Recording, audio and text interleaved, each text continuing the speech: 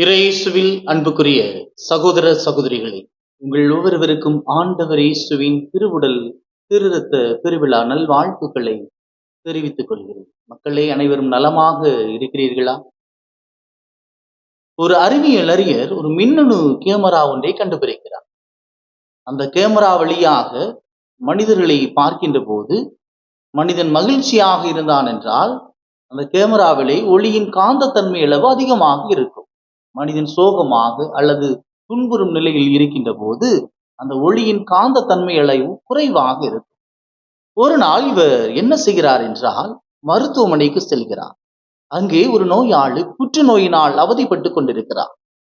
இவர் அந்த மனிதனை உற்று நோக்கி கொண்டிருக்கிறார். காந்த தன்மையானது அந்த கேமராவிலே குறைந்து காணப்படுகிறது. இன்னும் இவர் ஒரு 6 மணி நேரத்தில் இறந்து விடுவார் என்று இவர் கணித்துக் கொண்டிருக்கிறார். திடீரென்று பார்க்கிறார், அந்த கேமராவிலே ஒளியின் அளவு அதிகமாக காணப்படுகிறது. இவருக்கு ஆச்சரியம், என்ன நடந்தது என்று. திடீரென்று அவர் அந்த மருத்துவமனையிலே அந்த நோயாளியின் அறைக்கு செல்கிறார். அங்கே ஒரு குருவானவர் நின்று கொண்டிருக்கிறார். அப்போது அந்த குருவானவரிடம், நீங்கள் என்ன செய்தீர்கள்? நீங்கள் இங்கே வந்தவுடன் நான் என்னுடைய கேமராவின் வழியாக உற்று நோக்குகின்ற போது ஒளியின் காந்தத்தன்மை அளவு அதிகமாக காணப்படுகிறதே என்று கேட்கிறார்.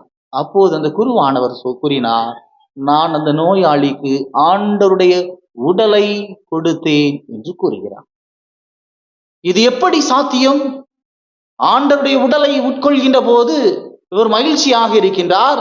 இந்த கேமரா வழியாக பார்க்கின்ற போது ஒளியின் காந்தத்தன்மை அளவு அதிகமாக காணப்படுகிறது, என்னால் நம்ப முடியாது என்று கூறுகிறார். அப்படி என்றால் தொடர்ந்து நீங்கள் 3 நாட்களுக்கு உங்களுடைய ஆண்டவருடைய திரு உடலை திரு ரத்தத்தை இந்த நோயாளிக்கு நீங்கள் கொடுங்கள், எப்படி இருக்கிறது என்று பார்ப்போம் என்று கூறுகிறார். தொடர்ந்து இந்த அறிவியல் அறிஞரும் இந்த கேமரா வழியாக இந்த நோயாளியை உற்று நோக்கி கொண்டிருக்கிறார். குருவானவர் 3 நாட்கள் தொடர்ந்து இந்த நோயாளிக்கு ஆண்டவருடைய உடலை இரத்தத்தை கொடுத்து கொண்டிருக்கிறார். அந்த அறையின் முழுவதும் அந்த ஒளியின் காந்தத்தன்மை அளவு அதிகமாக காணப்படுகிறது. இந்த அறிவியல் அறிஞருக்கு ஆச்சரியம். தன்னுடைய 47வது வயதிலே இவர் தன்னுடைய அறிவியல் அறிஞர் பதவியை ராஜினாமா செய்துவிட்டு இவர் குருமடத்திற்கு சென்று நானும் ஒரு குருவாக போகிறேன் என்று செல்கிறார். அன்புக்குரியவர்களே, கத்தோலிக்க திருச்சபை மறைக்கேள்வி எண் 1324 327 வாசிக்கின்ற போது The Eucharist is the source and summit in the Christian life என்று கூறப்படுகிறது. நற்கருணை கிறிஸ்துவ வாழ்வின் மையமாகவும் ஊற்றாகவும் இருக்கிறது என்று புனித தாமஸ் அக்வினாஸ் கூறுவார். நற்கருணையில் இயேசு நம்மை வழிநடத்தும் ஆயனாகவும் நமக்கு நல் உணவு ஈனும் பசும்புல் வெளியாகவும் இருக்கிறார் என்று. நற்கருணை என்பது நமக்கு வாழ்வளிக்கும் உணவாக இருக்கிறது.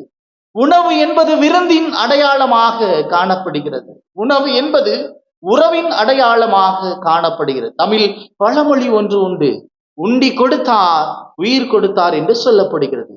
உயிரை கொடுப்பவர் கடவுள் என்றால் ஒருவருக்கு நாம் மனதார உணவை கொடுக்கின்ற போது நாமும் கடவுளாக மாறுகின்றோம். அன்புக்குரியவர்களே, தொடக்க நூல் புத்தகம் 18வது அதிகாரம் 1-15 வசனங்களை வாசிக்கின்ற போது மம்ரா என்ற இடத்திலே தேவதோர் மரங்களுக்கு அடையிலே ஆபிரகாமும் சாராளும் 3 தேவதூதர்களுக்கு அங்கே உணவு கொடுக்கிறார்கள். அவர்கள் கொடுத்த உணவு அவர்கள் ஈசாக்கிற்கு தந்தையாகும் பேற்றினை பெறுவதை நாம் பார்க்க முடிகிறது. லூக்கா நற்செய்தி 2வது அதிகாரம் 7வது வசனத்தை பார்க்கின்ற போது பிள்ளையை பொதிந்து துணிகளில் பொதித்து தீவன தொட்டியில் கிடத்தினர் என்று. இயேசு என்ன கூறுகிறார் என்றால், நான் இந்த உலகிலே பிறந்தது தீவன தொட்டிகளே. இந்த தீவன தொட்டி எதை குறிக்கிறது என்றால் உணவை குறிக்கிறது. அப்படி என்றால் நான் இந்த உலகிலே அனைவருக்கும் என்னுடைய உடலையும் இரத்தத்தையும் உணவாக தருவதற்குத்தான் வந்திருக்கிறேன் என்பதை கூறுகிறார். எனவேதான் யோவான் நற்செய்தி 6வது அதிகாரம் 51வது வசனம் கூறுகிறது, விண்ணகத்திலிருந்து இறங்கி வந்த வாழ்வு தரும் உணவு நானே என்கிறார். நான் விண்ணகத்தில் இறங்கி வந்த உயிருள்ள உணவு என்று கூறுகிறார். எனது சதை உண்மையான உணவு என்று யோவான் நற்செய்தி 6வது அதிகாரம் 55வது வசனத்திலே கூறுகிறார். நான் தருகின்ற உணவு உங்களுக்கு வாழ்வு தரும் உணவு என்று கூறுகிறார். யாரெல்லாம் தகுந்த தகுதியோடு வருடத்திற்கு ஒரு முறை கத்தோலிக்க திரு அவை கூறுகின்ற போது ஒப்புரவு திருவருட்சாதனம் செய்து தகுதியோடு ஆண்டவருடைய உடலையும் இரத்தத்தையும் உட்கொள்கின்ற போது அவர்கள் வாழ்வு பெறுவார்கள் என்று திரு அவை தெள்ள தெளிவாக நமக்கு கூறுகிறது. இஸ்ராயல் மக்கள் அன்று பாலைநிலத்தில் பசியாக இருந்தபோது அவர்களுக்கு வானத்தில் இருந்து மன்னா பொழியப்பட்டது. அது அவர்களுடைய பசியை போக்கினார். மாறாக அது அவருடைய பாவத்தினால் அவர்கள் மீண்டும் மடிந்து போகிறார்கள். இயேசு சிலுவையின் வழியாக நமக்கு தந்த இந்த அவருடைய உடலும் இரத்தமும் நமக்கு நிலை வாழ்வு தருகின்ற உணவாக இருக்கின்றது. இது உறவை தருகின்ற உணவாக இருக்கிறது, மகிழ்ச்சியை தருகின்ற உணவாக இருக்கிறது, அமைதியை தருகின்ற உணவாக இருக்கிறது, மன்னிப்பை தருகின்ற உணவாக இருக்கிறது. அப்படி என்றால் இயேசுவின் உடலை நாம் தினமும் திருப்பலியில் உட்கொள்கின்றோம் என்றால் நாமும் மற்றவர்களுக்கு மன்னிப்பை கொடுக்க வேண்டும், அன்பை கொடுக்க வேண்டும், அமைதியை கொடுக்க வேண்டும் என்றுதான் இன்றைய நற்செய்தியிலே அவர் தெள்ள தெளிவாக கூறுகின்றார். ஆண்டவருடைய உடலை நான் தினமும் உட்கொள்கிறேன், ஆண்டவர் என்னில் வருகிறார் என்றால் ஒரு மனிதன் ஒரு உடலை உட்கொள்கின்ற போது இயேசுவாக நீங்கள் மாற வேண்டும் என்று கூறுகிறார்.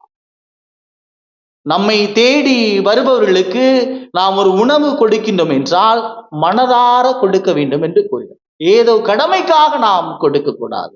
இன்றைய காலகட்டங்களிலே பார்க்கின்ற போது விருந்துகள் எல்லாம் எவ்வாறு இருக்கிறது என்றால் சடங்குகளுக்கும் சம்பிரதாயங்களுக்கும் இருக்கிறது. அவன் எனக்கு இவ்வளவு ரூபாய் மொய் வைத்தான், எனக்கு இவ்வளவு மொய் வைக்க வேண்டும் என்ற ஒரு காரணத்திற்காக நாம் விருந்து கொடுப்பவர்களாக இருக்கின்றோம். இயேசு தன்னுடைய உடலை தந்த நோக்கம் அது கிடையாது. மாறாக நாம் அனைவரும் வாழ்வு பெற வேண்டும், நிலை வாழ்வு பெற வேண்டும். அத்தகைய நிலை வாழ்வை இயேசுவின் உடலை உட்கொள்கின்ற நாம் ஒவ்வொருவரும் மற்றவருக்கு கொடுக்க வேண்டும் என்பதைத்தான் இயேசு இன்றைய நாளிலே நமக்கு தெள்ள தெளிவாக கூறுகிறார். அப்படி என்றால் இயேசுவின் உடலை தினமும் உட்கொள்கின்ற நாம் இயேசுவாக மாற வேண்டும். இயேசுவாக மாறுகின்ற போது நாம் இயேசு விளங்கிய அந்த மன்னிப்பை, அமைதியை, பரிவை, கனிவை, ஆறுதலை மற்றவர்களுக்கு கொடுக்க முடியும். எனவே அன்பு உறவுகளை, பசியோடு இருப்பவர்களை பார்த்து நாம் பரிவு கொள்வோம், அவர்கள் மீது நாம் இரக்கம் காட்டுவோம். ஆண்டவர் இயேசு எவ்வாறு தினம் தினம் அவருடைய உடலையும் இரத்தத்தையும் நமக்கு உணவாக தருகிறாரோ அந்த உணவின் வழியாக நாமும் இயேசுவாக மற்றவர்களுக்கு மாறுவோம். ஆமென். அன்பு இயேசுவே, உம் உடலையும் இரத்தத்தையும் உட்கொள்கின்ற நாங்கள் அமைதியை பெறுகின்றோம், ஆறுதலை பெறுகின்றோம், கனிவை பெறுகின்றோம். ஆண்டவரே, அந்த கனிவை, பரிவை மற்றவர்களுக்கு கொடுக்கக்கூடிய மனிதர்களாக எங்களை மாற்றியுள்ளோம். எங்களிடம் உணவு தேடி வருபவர்களுக்கு நாங்கள் எங்களால் முடிந்த உணவை மனதார கொடுக்கக்கூடிய மனதை எங்களுக்கு தாரும். நீ உடைய உடலையும் இரத்தத்தையும் தந்து உடைய நோய் நொடிகளை குணப்படுத்தியது போன்று ஆண்டவரே, நோய் நொடியினால் வருந்தி கொண்டிருக்கின்ற ஒவ்வொரு மனிதர்களையும் நாங்கள் சந்திக்கின்ற போது ஆறுதலை கொடுக்கக்கூடிய மனிதர்களாக மாற்றியுள்ளோம். ஒவ்வொரு குடும்பத்தையும் பாதத்திலே ஒப்புக் கொடுக்கிறது. படிக்கின்ற ஒவ்வொரு பிள்ளைகளுக்கும் நல்ல ஞானத்தையும் அறிவையும் கொடுத்துள்ளோம். எங்கள் தொழில் முயற்சிகள் எல்லாம் ஆசீர்வதியும் ஆண்டவரே. ஆண்டவரே, நாங்கள் ஒவ்வொருவருமே உமது பிள்ளைகள். குற்றங்கள் குறைகளை மன்னித்து எங்களை தொடர்ந்து நீர் காத்து வழி நடத்த வேண்டுமென உம்மை கெஞ்சி மன்றாடுகிறோம். ஆமென்.